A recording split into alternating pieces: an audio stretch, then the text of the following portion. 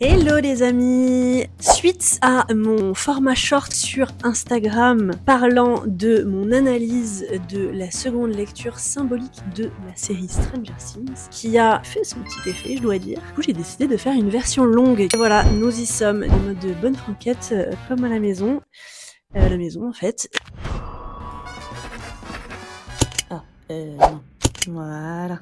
Avant de commencer à rentrer dans le détail, j'aimerais rappeler l'importance, qui est souvent sous-estimée, des différents niveaux de lecture dans les fictions qu'on choisit de regarder et qui nous entourent, qui est un des piliers de la psychologie, de l'anthropologie et des sciences cognitives. En fait, on a tendance à croire qu'ils fonctionnent simplement et uniquement par logique, ce qui est une erreur, d'ailleurs dont on peut-être prend conscience aujourd'hui avec les technologies nouvelles comme celle de l'intelligence artificielle qui nous montre peut-être que nous sommes un petit peu plus que la logique. L'esprit fonctionne par métaphore, par image. C'est le langage le plus ancien de la psyché humaine qui va venir résonner sous les couches de la conscience et je pense que c'est la raison pour laquelle souvent il y a certaines œuvres cinématographiques qui font un certain buzz alors que finalement à première vue c'est pas forcément un chef-d'œuvre. Je pense que c'est parce que derrière il y a des récits inconscients qui viennent résonner en nous sur des couches qu'on maîtrise pas forcément, des parts de nous qui se sentent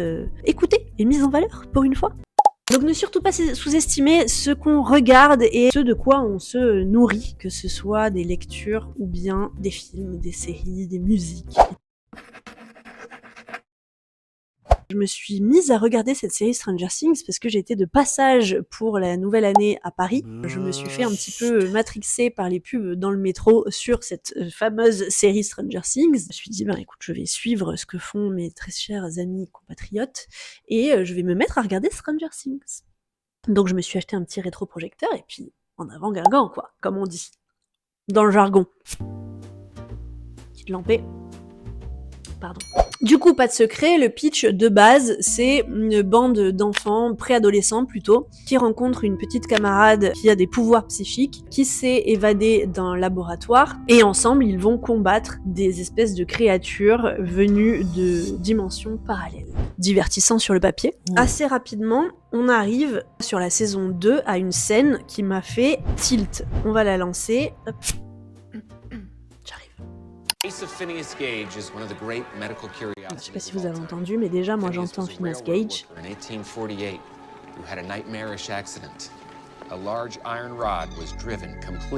Et ça me fait bugger. Vous allez comprendre. Phineas miraculously survived. He seemed fine.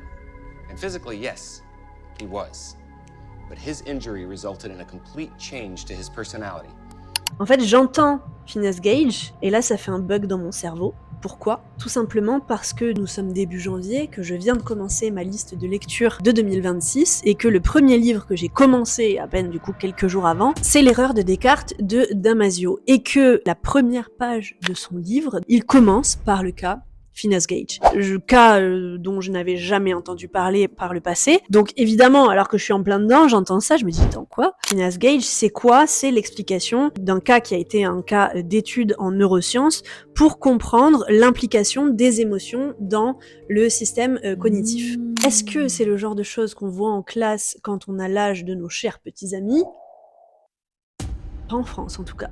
Ce genre de choses que tu poses là en arrière-plan, ça peut pas être un hasard, c'est pas possible. Tu mets pas ce genre de classe là par hasard. C'est non. C'est non. Je n'y crois pas. Donc, ma curiosité est piquée, mon petit cerveau associatif est en ébullition, et je commence à faire des liens avec peut-être un enjeu d'introspection, de quête intérieure, d'inconscient, l'importance de la responsabilité individuelle au service du collectif, et même entremêlée avec certaines notions métaphysiques qui sont assez présentes dans des visions de sagesse ancestrale et de certaines spiritualités dans le monde. Mais je vais vous expliquer tout ça plus en détail. Est-ce que c'est voulu par les frères Duffer ? Je n'en ai pas la moindre idée. Est-ce que je suis influencée par mes propres lectures, mon univers ? Très probablement, sans aucun doute. Est-ce que pour autant, cette lecture est complètement déconnante ? Je ne crois pas. Ou alors c'est vraiment fort en chocolat, on va le voir. Je suis pas du tout sûre de cette expression.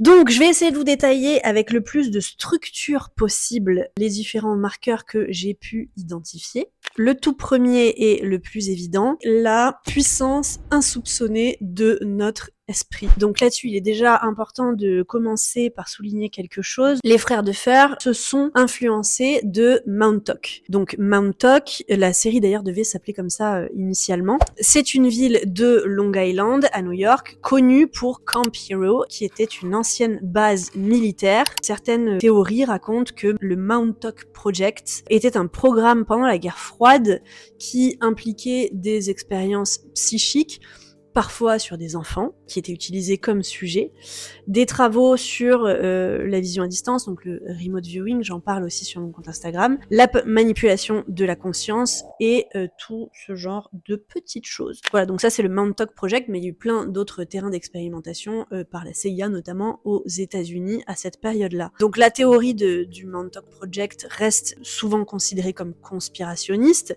bien que avec ce qu'on voit en ce moment, eh bien on peut avoir un petit peu d'écho, ou en tout cas se demander si finalement des choses si horribles sont inenvisageables. Mais il n'en est pas moins que pour le sujet qui nous intéresse, Stranger Things, eh bien le labo Dawkins d'Eleven et le contexte même de recherche et de guerre s'en inspire très largement. Donc ce que je trouve intéressant moi là-dedans, c'est que le focus il est mis directement sur la puissance de notre esprit. On se questionne peut-être dès ce moment-là sur le fait de se dire que les études qui sont faites autour de la puissance de l'esprit, qui pourrait être quelque chose qui pourrait servir aux petits êtres humains que nous sommes, et qui finalement reste entre les mains d'autorités utilisées dans des contextes de recherche classés secrètes, avec des enjeux géopolitiques et de guerre. Est-ce que c'est une critique? Peut-être une invitation à utiliser ces potentiels de l'esprit dans un autre cadre? Peut-être juste un choix qui n'a aucun double sens? Je ne sais pas, je pose juste ça là. Voilà, donc ça c'est le premier point. Ensuite, pour ce qui est du coup de la question de l'introspection. Donc moi avec le cas Phineas Gage, tout de suite j'ai commencé à recalculer, puisque c'est quand même sur la saison 2, donc tous les marqueurs de la série ont déjà été posés dans la première saison, et donc j'ai commencé à recalculer ces histoires d'ombre et Phineas Gage qui recoupent en fait entre l'ego, la personnalité, la gestion des émotions, le système cognitif, tout ça, bref, ça a cliqué automatiquement sur inconscient. Mais je vais vous expliquer. Donc en fait, le cas clinique de Phineas Gage, qu'est-ce qu'il nous dit? C'est l'histoire d'un mec qui a une blessure qui a été transpercée par une barre qui a traversé son cerveau. Et en fait, l'histoire dit que du coup, il est pas mort et qu'il est resté capable de s'entretenir avec les gens autour de lui, mais que ce qui avait été modifié, c'était la gestion de ses émotions et sa personnalité, sa manière de réussir à garder des liens sociaux. Donc dans l'image, eh bien, c'est de se dire qu'en fait, une blessure intérieure peut avoir des influences sur notre personnalité et le rapport qu'on entretient avec les autres. Ça nous rappelle juste qu'on n'est pas tout à fait maître, mais qu'une grande part de ce que on appelle volonté, morale, personnalité, repose sur des mécanismes inconscients et des régulations neurologiques. Et la suite de la série, pour moi en tout cas, l'a confirmé. Vous connaissez peut-être Carl Gustav Jung, qui est un psychanalyste contemporain de Freud, qui lui parlait du processus d'individuation qui nous demande de regarder à l'intérieur de nous et de se confronter à nos ombres. Il utilise bien ce terme comme dans la série. Et du coup, ce processus d'individuation, il colle avec une structure narrative qui est appelée la quête initiatique. La structure narrative de la quête initiatique a été formalisée par Joseph Campbell, qui est une des figures qui a inspiré le jeu Donjons et Dragons, qui est un jeu extrêmement présent dans toute la série. Vous allez voir, on va y revenir. Mais pour regarder du coup la structure narrative du machin, donc c'est appelé le voyage du héros et c'est fait en plusieurs étapes. D'abord le monde ordinaire, ensuite une phase de rupture, ensuite une descente dans l'inconnu, traversée des épreuves, rencontre avec l'ombre, suivie d'une mort symbolique, d'une phase de transformation et d'un retour à la réalité changée. Voilà, donc ça rappelle un petit peu exactement même le déroulé de la série, qui n'est pas la seule d'ailleurs. Beaucoup de fictions suivent cette structure narrative-là. Pour revenir un instant à Donjons et Dragons, qui est du coup, on l'a vu, absolument central dans toute la série, et ce depuis le début. À lui tout seul, le jeu représente quelque chose de fort en termes de temporalité dans le développement d'un individu. C'est qu'il représente cette période de préadolescence où on passe de l'âge enfant à l'âge adulte. On commence à définir les marqueurs de sa personnalité, qui fait d'ailleurs écho au jeu de rôle. Carl Gustav Jung parle de persona et de masques sociaux. Et d'ailleurs, tout le but du processus d'individuation va être de prendre conscience de ces masques sociaux. Le cerveau n'a pas tout à fait fini de se développer, donc on est des vraies éponges à notre environnement extérieur. Notre expérience a un impact direct sur la construction de nos mécanismes mentaux et cognitifs. C'est aussi l'âge où on se fait éventuellement bully à l'école, et d'ailleurs c'est quelque chose que je trouve qui est assez présent dans toute la série. Donc voilà, potentiellement, ce jeu-là représente un âge qui devient vite un terrain important de conditionnement psychologique qui sont pas foufou. La deuxième chose que je trouve intéressante avec ce jeu, c'est que l'imaginaire et notre intérieur, nos pensées, ont aussi un impact sur la réalité, sur l'extérieur. On se rend compte que dans ces premières scènes, tout ce qui va se passer dans l'intrigue, dans la réalité de ces enfants-là, c'est d'abord joué au niveau de leur imaginaire et au niveau du jeu, qui se passe d'ailleurs dans la cave ou dans le garage, en tout cas dans un sous-sol, qui est le symbole des parts intérieures de l'inconscient. Ce jeu-là, je trouve, apporte cette dimension de se dire que l'imaginaire et la pensée, ce qui se passe à l'intérieur, a aussi un impact sur ce qui se passe à l'extérieur. Ensuite, il y a de nombreuses références à d'autres récits. Donc c'est pour ça que je me dis aussi à un moment donné, je veux bien le hasard, les coïncidences, tout ça, mais bon quand même. La première ref, c'est sûrement Ghostbuster, qu'en français littéralement chasseur de fantômes.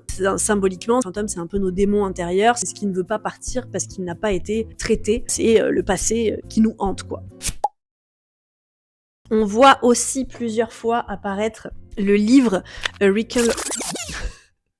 et ça y est encore, A Wrinkle of Time, qui visiblement, donc moi je l'ai pas lu, hein, mais j'ai fait 2-3 petites recherches, parce que c'est pareil, ça pour moi on laisse pas, il y a beaucoup de scènes où clairement la caméra filme ce bouquin-là, on laisse pas ce genre d'indices là au hasard. Ce livre qui a un message à faire passer sur la différence, l'acceptation de soi, la diversité, l'importance de trouver sa place dans la société, une histoire complexe où l'univers est menacé par une force obscure appelée le Dark Thing, qui a déjà envahi plusieurs planètes, dont Camazotz, dont il est question. Dans Stranger Things, il y a même un épisode entier qui s'appelle S'évader de Camazotz. Camazotz qui donc est une planète où tout est parfaitement ordonné, tout le monde agit à l'unisson, et la pensée individuelle, donc non conforme, est interdite. Donc là, on a une jolie critique aussi sur le fait de grandir dans un monde où on ne se pose pas de questions, on fait tout ce qu'il faut faire par conformisme, au lieu de chercher ce qu'on est nous.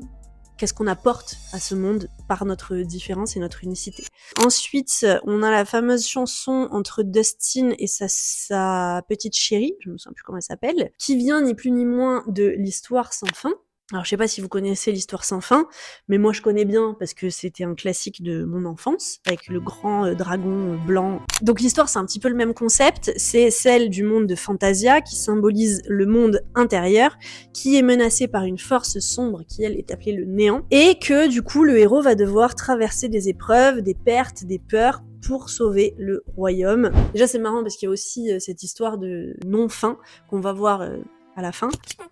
Mais aussi, il y a un lien entre l'imaginaire et le réel, puisque le personnage, au tout début, monte dans un grenier, je crois que c'est un grenier, prend un bouquin et rentre dans le bouquin où se passe toute cette intrigue et cette histoire. Et en fait, on se rend compte à la fin de l'histoire que c'est lui qui, en tant que personnage réel, doit avoir un pouvoir d'action dans l'imaginaire et dans la fiction pour sauver le royaume. Il y a encore un lien assez ténu entre l'imaginaire et la réalité. Pour revenir sur, du coup, le schéma narratif de la quête initiatique, après la vie normale, on a la phase de rupture et la rencontre avec l'ombre. Dans Stranger Things, ce fameux Mind Flyer, dont le nom est drôle quand même, en français c'est flagelleur mental. Je sais pas s'ils l'appellent comme ça, parce que moi j'ai regardé du coup la série en VO.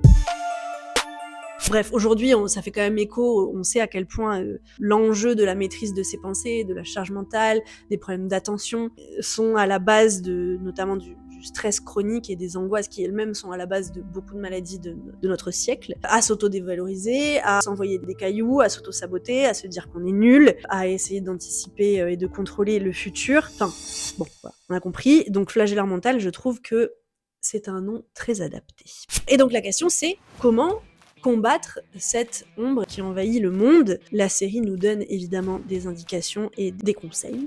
Évidemment, le fait que Eleven soit une nécessité dans le combat, ça montre que il est clairement question d'utiliser le potentiel de son esprit, même si je ne saurais dire, on sait dire aujourd'hui si nous sommes tous doués de ce genre de capacité psychique, mais en tout cas au moins d'apporter plus d'importance à la maîtrise de son esprit, de sa psyché. Et par là, du coup, je ne parle pas du mental, parce qu'aujourd'hui on fait des confusions énormes entre le fait de se concentrer, de réfléchir, de mentaliser, et au contraire, le fait d'utiliser un esprit qui est plus libre, qui est pas dans la tête, qui est plus dans la connexion et dans le calme de l'esprit. Et donc là, je me suis questionnée, on pourrait se questionner sur pourquoi le chiffre 11. Donc déjà, évidemment, il y a le côté dépersonnalisation, puisque système d'études sur les capacités psychiques. Si on regarde la symbolique qui se cache derrière le numéro 11, alors je ne veux pas qu'il y ait ici de jugement de valeur de savoir est-ce que la numérologie existe, est-ce que c'est juste comme approche ou quoi. Je questionne juste des potentiels choix narratifs, et symboliques surtout. Donc le chiffre 11 symbolise l'éveil spirituel. Le 1 et le 1, c'est le fait de se regarder en miroir, donc c'est le rapport avec l'inconscient, quand même, marrant. Si on regarde d'ailleurs, si on suit cette logique, Henry, qui est donc le méchant, est le numéro 1. Et en termes de symbolique, le numéro 1, c'est le commencement, ça fait sens puisque du coup c'est un peu lui qui est à l'origine du truc, mais c'est aussi l'individualité, l'ego, c'est ce qui est à l'origine du travail d'individuation et d'éveil de conscience. Donc si on fait la traduction, on a Henry, donc un ego individuel blessé qui n'a pas fait de travail et qui est à l'origine de l'ombre et des parts inconscientes, qui pour être combattu, si on peut dire, a besoin d'Eleven, l'éveil spirituel, du travail de conscientisation et de faire avec l'inconscient, quoi. Voilà. Si on veut même aller plus loin, la sœur qui, je crois, s'appelle Kali, pas sûr, qui, elle, est le chiffre 8, associé à l'infini, ça c'est connu, mais dans le sens boucle causale, donc le karma qui est cause et conséquence causale. Le fameux on récolte ce que l'on sème, donc c'est un chiffre qui vient questionner la responsabilité, le pouvoir personnel, et c'est assez drôle parce que elle intervient dans la série au moment où Eleven fait le choix d'utiliser sa force et ses pouvoirs psychiques pour l'amour, pour les gens qu'elle aime, plutôt que pour se venger. Voilà, c'est quand même drôle. Ensuite, la scène pour laquelle moi je me suis dit, c'est sûr, c'est ça, il y a pas de, enfin c'est pas possible en fait. On est même plus sur un langage symbolique ou sur une deuxième lecture, c'est dit. C'est celle où Eleven va du coup rencontrer les mémoires de Billy. Tac.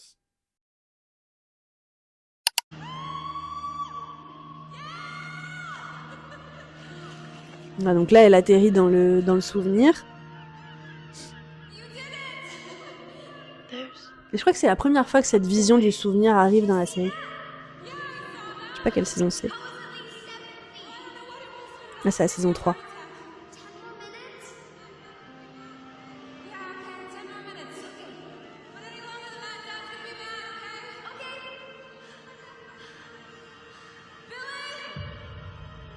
Bon, on va passer un peu. Donc elle dit it's a memory. Voilà. Là, elle dit quand même qu'elle voit la source de l'ombre qui a pris possession de l'esprit de Billy. On peut faire plus clair.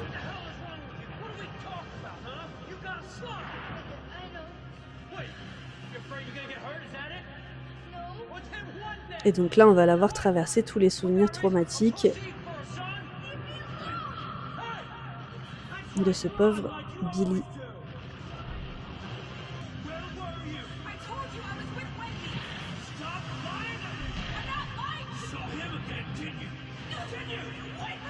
Donc là, on a quand même clairement un appel à introspecter, à aller regarder en soi les souvenirs, les mémoires qui peuvent être des choses difficiles émotionnellement à vivre. Ensuite, il y a cette scène. Come on. Donc déjà, on voit le livre que Suzy est en train... C'est Suzy son nom. Que Suzy est en train de lire. Donc là, c'est pareil, j'ai fait aussi mes petites recherches. L'histoire de ce livre, du coup, c'est l'histoire de Ged qui découvre chez lui un pouvoir magique immense, mais aussi de l'orgueil et un besoin de reconnaissance. Un jour, par orgueil, Ged ouvre une brèche dans le monde, d'où surgit une ombre. Pendant longtemps, Ged fuit l'ombre. Mais plus il fuit, plus l'ombre le rattrape. Ged comprend finalement une vérité essentielle. L'ombre n'est pas un ennemi extérieur, elle est une part de lui. Au lieu de la fuir, Ged ose enfin la regarder, la reconnaître. L'ombre se dissout, non pas détruite, mais intégrée. Un autre exemple de récit initiatique qui parle d'ombre, d'ennemis extérieurs, du fait de confronter et de comprendre que les menaces ne sont pas extérieures mais qu'elles sont intérieures. Ensuite, donc là, je passe ma série, la chanson de l'Histoire sans fin, où on va afficher les paroles en même temps.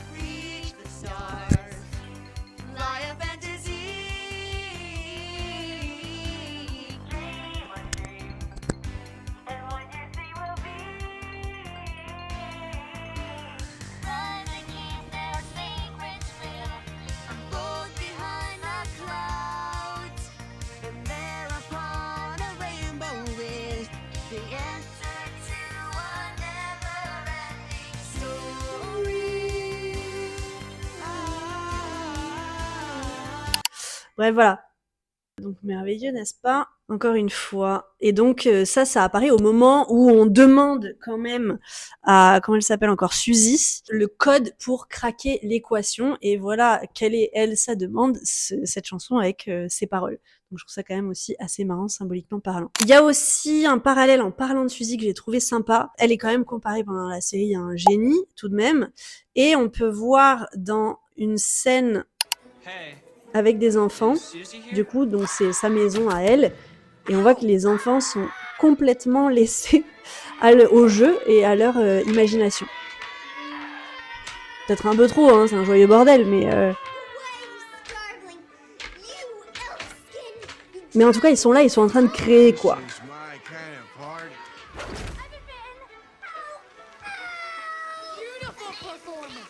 Ouais, voilà, on va pas regarder en entier, on a compris. Mais ils sont là, ils sont dans le jeu, ils sont dans l'imaginaire, ils sont en train de créer. Et je trouve que cette scène, elle fait contraste avec la scène plus tard quand Henry prend les enfants. Tout est rangé, tout est ordonné, tout est parfait. Lui nourrit son discours de peur avec les monstres qui vont venir les manger, de mise en sécurité, qu'ils sont des êtres spéciaux, qu'ils seront vus comme des héros, donc il va jouer vraiment sur le besoin de reconnaissance. Et donc sous couvert d'un confort qui d'ailleurs est rempli de bonbons, de gâteaux et de télé. Il y a une scène, la petite blonde, je ne sais plus comment elle s'appelle, passe derrière tous les enfants qui sont tous abrutis devant la télé. Et je trouve ça quand même assez drôle puisque grosso modo, on se parle du coup de sécurité, de confort, de malbouffe et de contenu audiovisuel. Ce n'est sans rappeler les contextes dans parfois lesquels on peut évoluer. Voilà. Ensuite, comme arme contre Vecna, on parle beaucoup de visualisation positive, le retour à des souvenirs heureux. Il est aussi question de méditation, les procédés par lesquels Eleven atteint ses pouvoirs psychiques aussi, le fait de se couper de la vue, etc., de fermer les yeux, de rentrer en soi. Et il est question aussi de l'importance fondamentale de la musique avec cette scène incroyable de Max qui se fait choper par Vecna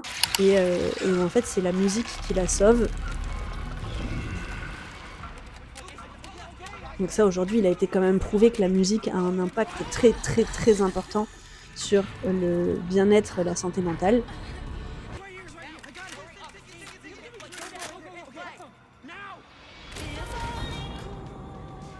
Je crois que c'était Bob Marley qui disait que la musique pouvait faire régner la paix dans le monde.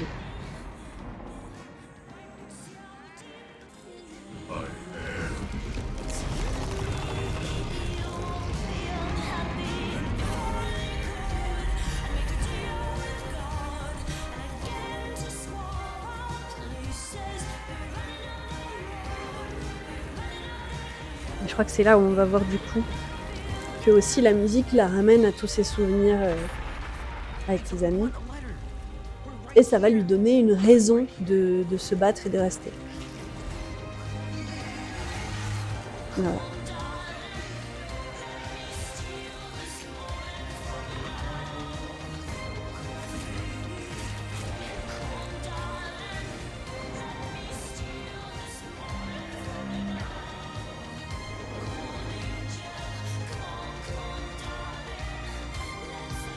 Voilà, scène incroyable et surtout aussi qui rappelle que le lien et les choses qui font le plus de bien n'ont pas de prix, ne s'achètent pas. Prendre conscience de ce qu'on a quand on l'a. Donc ça me fait faire la transition sur, bien évidemment, l'importance du lien, de l'amour, quel qu'il soit amical, familial, amoureux, toutes ces formes. On le voit aussi très clairement avec cette scène qui aussi montre très bien que sans le cœur et sans l'amour, eh ben, l'esprit n'est pas grand-chose. Mike, don't stop. Okay, you're the heart. Okay, remember that. You're the heart.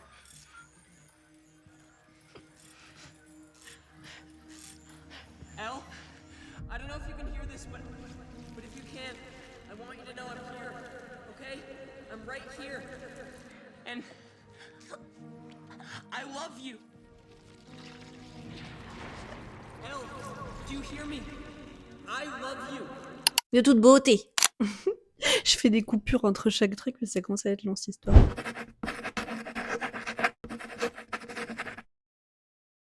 Henry, qui est le symbole de ce qui se passe quand on ne va pas transcender son inconscient, son passé, ses ombres. Hop, c'est la pub. On comprend qu'il voulait pas regarder certaines choses. One. A dark wizard. You are weak and fragile. Something traumatic. Like all the rest. Voit finalement que dans cette scène, le passé se rejoue dans le présent, de manière très artistique d'ailleurs, et on comprend qu'il n'était qu'un vaisseau, et parce que vulnérable et blessé, canal pour véhiculer du coup cette ombre. It wasn't you. You were just a kid. A kid like me. Don't let it win, Henry, please. Don't let it win. No. He did not make me into this. It showed me the truth. Seconds, minutes, hours, days, weeks. It showed me that this world is broken. Wake up, eat, work, sleep, reproduce, and die. Man is broken. Incroyablement fort ça. I could have resisted it. I chose to join it. We are one.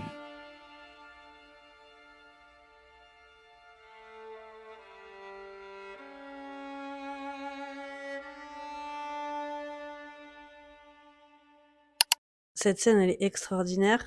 Il dit quand même des choses très très fortes. Déjà, on a la notion de temps qui réapparaît avec l'horloge. Et ça, en termes physiques et métaphysiques, la notion de temps, c'est une invention humaine qui a pourtant un impact extrêmement fort sur nos vies. Il dit aussi, et c'est là que le message est très important, que lui a fait le choix quelque part en décidant aussi de ne pas regarder et de ne pas traverser ces ombres-là. Il a fait le choix de rester dans l'ego, de faire un avec ses ombres. Et là, je trouve que c'est un message très fort, ça donne une transition et c'est un peu le plot twist de la série, le message de la série, c'est ce qui lui fait prendre une dimension différente.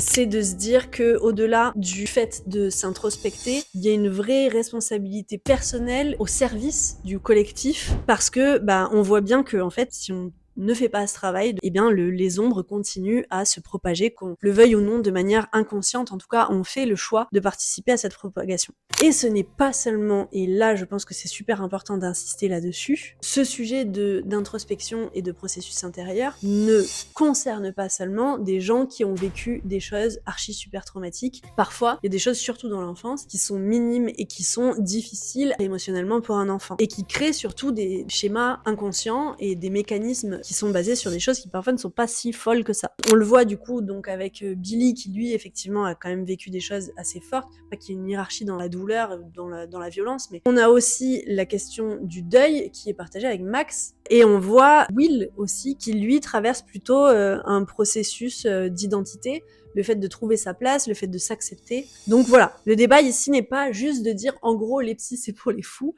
ou c'est pour les gens qui ont des vrais problèmes, mais de se dire que le processus de retour vers soi, de retour à soi, c'est pour chacun d'entre nous, est utile pour le monde entier. En gros, c'est ça, l'effet papillon. Parce que bon, on croit tous qu'on n'a rien à travailler parce que voilà, on vit une vie pépouze, qu'on se rend pas forcément compte, qu'on se pose pas plus de questions que ça, alors qu'on est tous blindés de conditionnement, de manque d'amour, de manque de considération pour nous-mêmes, et qu'en fait, on n'ose pas tout simplement s'accomplir. On ne se pose même pas la question de ce qu'on pourrait réellement faire de nos vies, parce que quelque part, on ne voit pas pourquoi on aurait le droit à une vie particulière, sauf que on est tous uniques sur cette planète, et que notre unicité sert forcément à quelque chose, justement pour son caractère unique. Je pense que c'est tout ce que prône cette série dans l'anti-conformisme et le fait d'accepter sa singularité. On mérite tous l'amour et notre place exactement pour ce qu'on est, incluant nos ombres quand on décide de les traverser, parce que finalement, elles ne nous définissent pas, mais qu'elles ont juste besoin d'être regardées et conscientisées pour être dépassées. Ce qui correspond d'ailleurs au monologue de Robin qu'on va se remettre, parce qu'il est quand même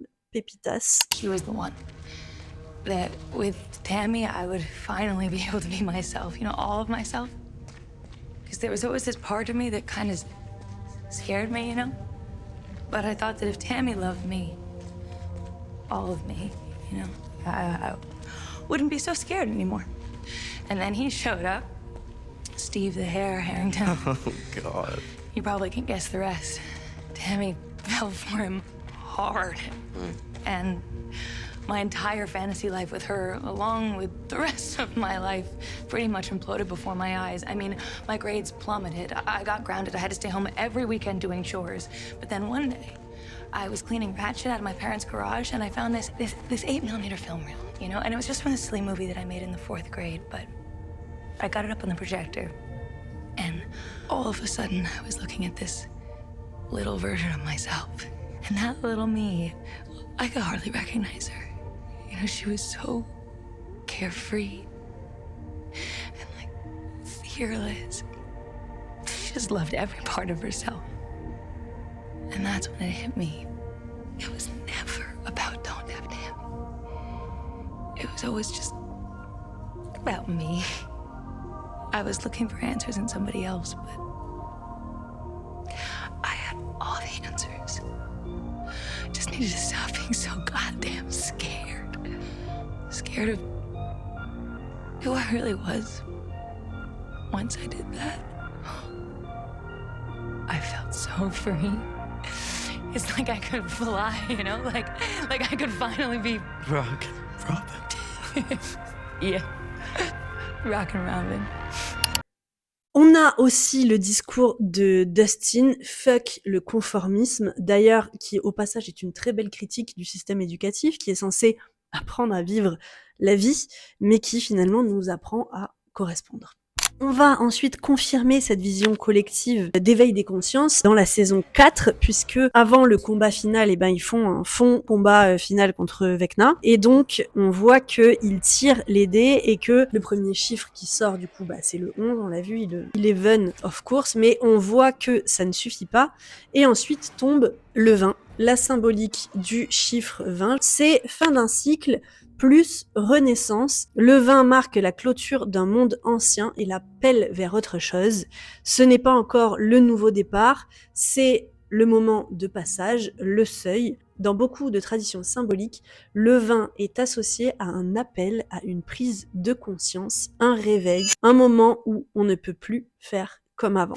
Et donc voilà, on a d'ailleurs la bataille finale, le fait que contrairement à tout le reste de la série, où en fait les méchants sont combattus par plusieurs groupes séparément qui œuvrent au même résultat, là c'est vraiment un appel à se réunifier, puisqu'on voit qu'à le combat final, à la toute fin, eh bien tout le monde est ensemble contre la grosse méchante bête. Quant à la fin, la fameuse, que moi je trouve exceptionnelle, qui a beaucoup été critiqué, mais que moi je trouve exceptionnel dans son message. Mais alors là, par contre, on est sur du gros spoiler, donc si vous voulez garder un minimum de suspense pour comment va se terminer la série, que vous n'avez pas encore vu la fin,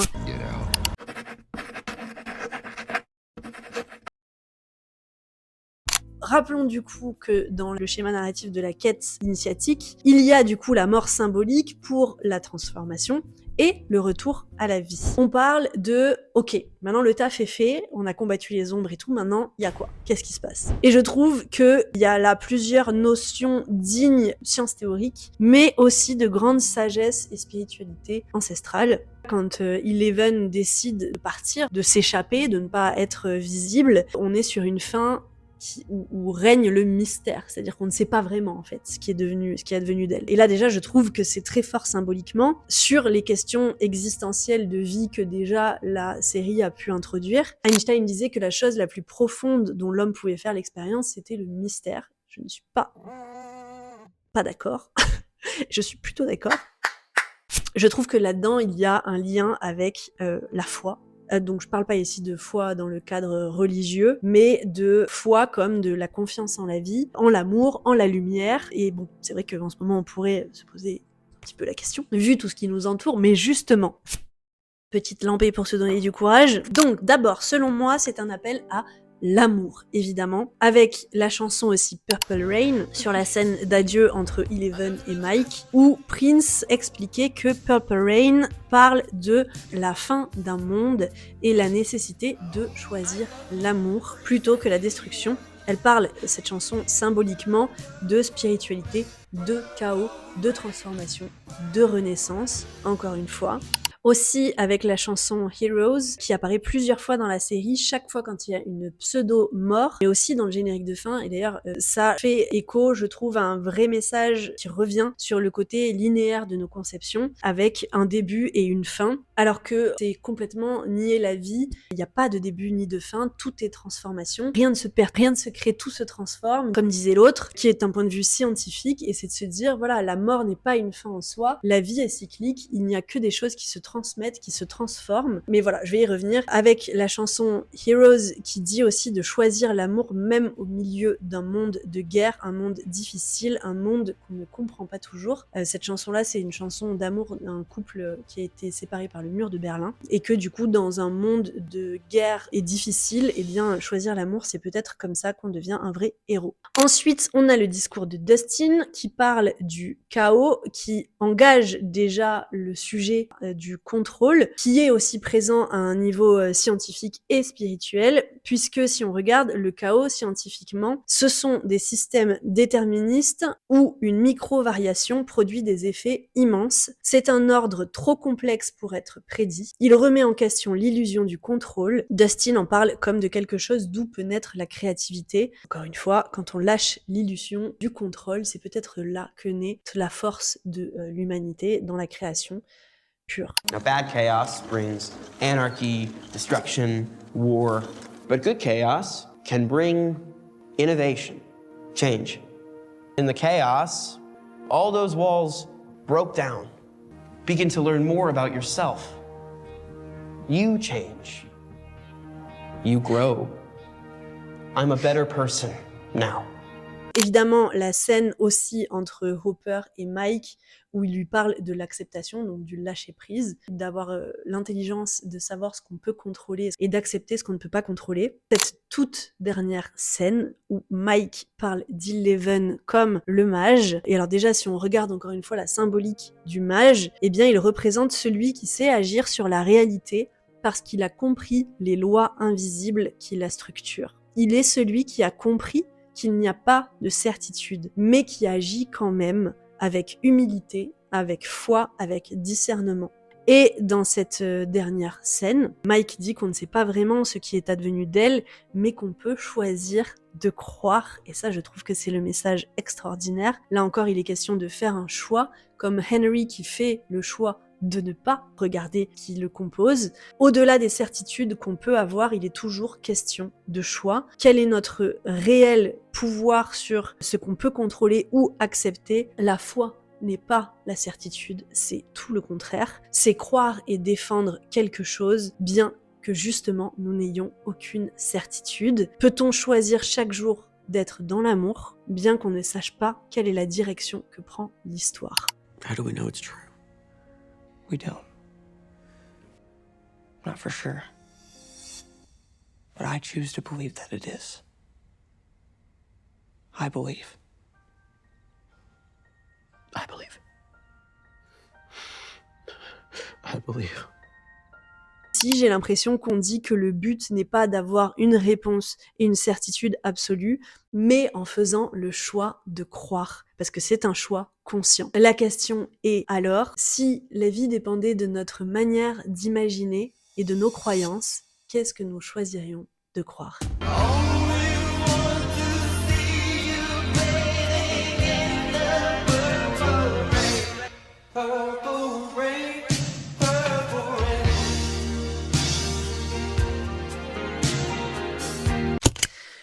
Voilà tout pour mon analyse de cette série que j'ai trouvée merveilleuse. Une réelle invitation à la connaissance de soi, à l'amour, à l'union, au lien. Un appel à s'éveiller et à être soi-même dans un monde où l'illusion du savoir et du contrôle est partout. À penser que la vie n'est pas faite pour être contrôlée, anticipée, mais au contraire pour être vécue et embrassée dans son caractère mystérieux, de parvenir à se sentir en sécurité dans l'incertitude, parce que on fait et on fera le choix de l'amour. Voilà, c'est un message merveilleux, sans compter le fait que ça a été une bouffée d'air frais de ne pas voir des téléphones partout et de replonger dans cet univers qui est un univers que j'ai connu puisque je ne suis pas toute jeune. À tous ceux qui pensent que cette lecture est tirée par les cheveux, que toutes ces choses posées un petit peu partout sont de pure coïncidence, comme le fait que j'ai lu ce bouquin de Damasio au même moment que j'ai commencé cette série, ou bien le fait que le combat final entre tous et la méchante bête se fasse le 6 novembre, qui est la date de mon anniversaire, ou encore le fait que leur remise de diplôme se passe en 1989, qui est mon année de naissance. Eh bien, je vous mets 7 répliques de notre ami Lucas. I don't know about you guys, but I don't believe in coincidences. Je vous laisse en attendant réfléchir à tout ça. J'espère que ça vous aura plu. N'hésitez pas à me le dire ou à me donner votre avis. Je suis prête à échanger sur le sujet. En attendant, c'était Mélo et je vous fais des bisous.